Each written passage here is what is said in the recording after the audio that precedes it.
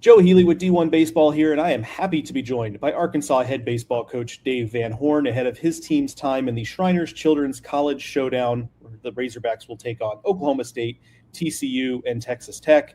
And if you hear me rattle off those four team names, you know it's going to be one heck of a weekend of baseball. We will talk about that specifically here in a little bit. But first off, Coach, at a really busy time of year, I appreciate you carving out a few minutes for us today. That's great. It means baseball's right around the corner, and we're all excited to get it going. Yeah, speaking of which, I always like to start off with just a broad question like this. What has you excited most about opening day? Opening day is always exciting, but it's always exciting when you open against teams like Oklahoma State on the road in a beautiful ballpark. So that kind of ticks it up a notch, honestly.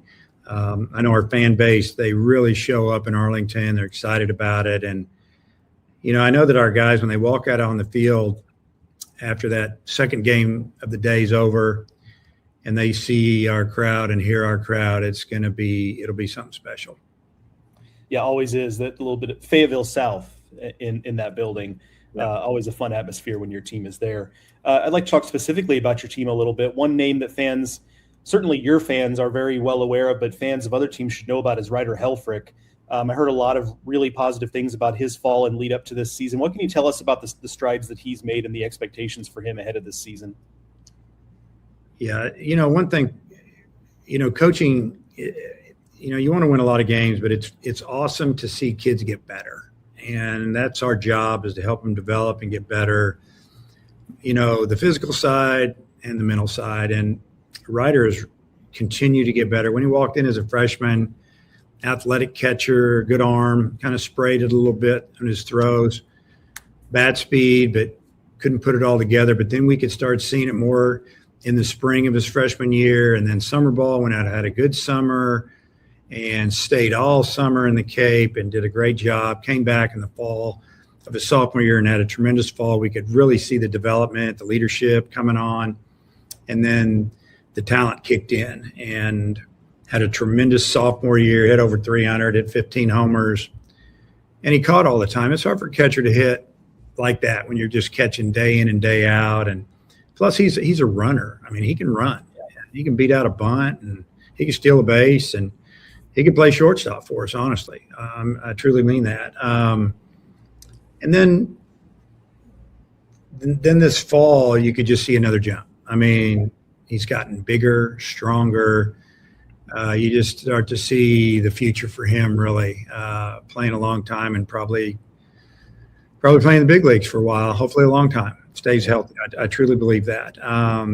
Smart, knows the game. Pitchers trust him. We let him call pitches.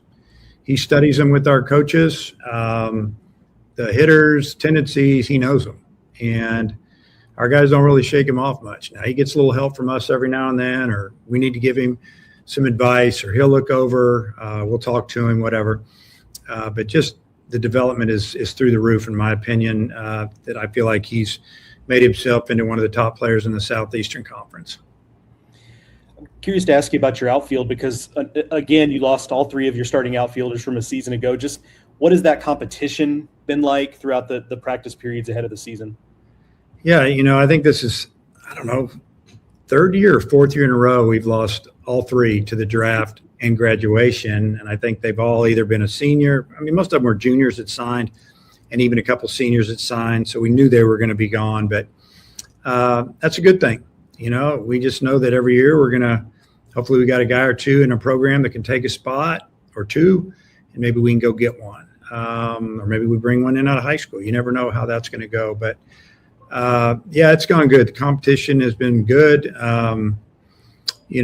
Right now I would say our right field is going to be Kahio Aloy, who, when we started working him in outfield last year, it was honestly right about this time. We talked to the staff, and my comment was, I don't feel he's got the feel to play in the infield at first base, but he's athletic. He can run. He can really throw. We got to try to teach this kid how to play outfield so he can, help us here, but also his career. And we put him in right, and he looked awkward out there, but we watched it get better and better and better.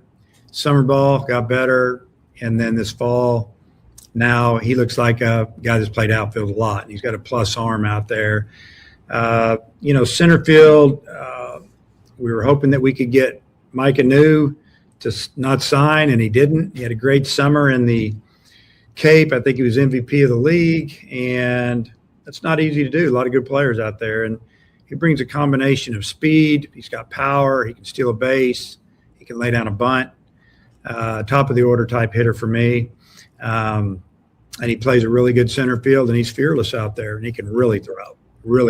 So that's exciting. And then in left field, it's a battle between I don't know, I will say freshman Christian Turner, a left-handed hitter, really good speed, had a really good fall. I mean, his numbers were good in the fall, and then and he's left-handed. And then right-handed hitter Damian Ruiz, who he got out of Lamar. Mm-hmm. He's a senior now and didn't get drafted, but he hit 380, and he walked a lot. He walked more than he struck out. Now, that hasn't been the case here. Our pitchers have got to him pretty good, but he's also gotten his hits. But he can absolutely fly down the line, and want him to be more aggressive on the bases and do those type of things. But and there's a chance Zach Stewart to transfer in from Missouri State, big left-handed hitter, had a great freshman year, okay sophomore year, junior year didn't go great. We really like him, great kid, popular on the team, brings some power, left side, left-handed hitter. So that's probably what you're looking at right out of the blocks. Yeah. Okay. And then as you and Coach Hobbs look at the pitching staff, what are the top line things that have you excited about that unit? More than anything is that we feel like we've got some kids that have really made a jump, and then we throw a lot of strikes. Guys that have made a jump. Gibbler's better than he was last year. Hunter Dietz is healthy for the first time. Colin Fisher, 88 to 91. Now he's 92, 93, just sits there, and he's got the other pitches, filling up the zone. Parker Coyle's back, a lefty that was a little beat up at the end of the year and got hurt in the middle of the year, and then he pitched, and then he didn't. He seems good. And then Ethan McIlvain transferred from Vanderbilt. He hasn't walked anybody this fall in like 11 innings. So that's been really good to see. And got a freshman named Joey Lorenzini, 6'5", 6'4" lefty. He's got good stuff. Feel like those left-handers can do it. And then, obviously Gackle, he's really good, obviously. We're bringing him along slow. Kind of had a twisted ankle, and he's over that. So we held him out the first weekend, and now he's good to go, and he'll start on the weekend. And, I could go on and on. Steele Eves is better.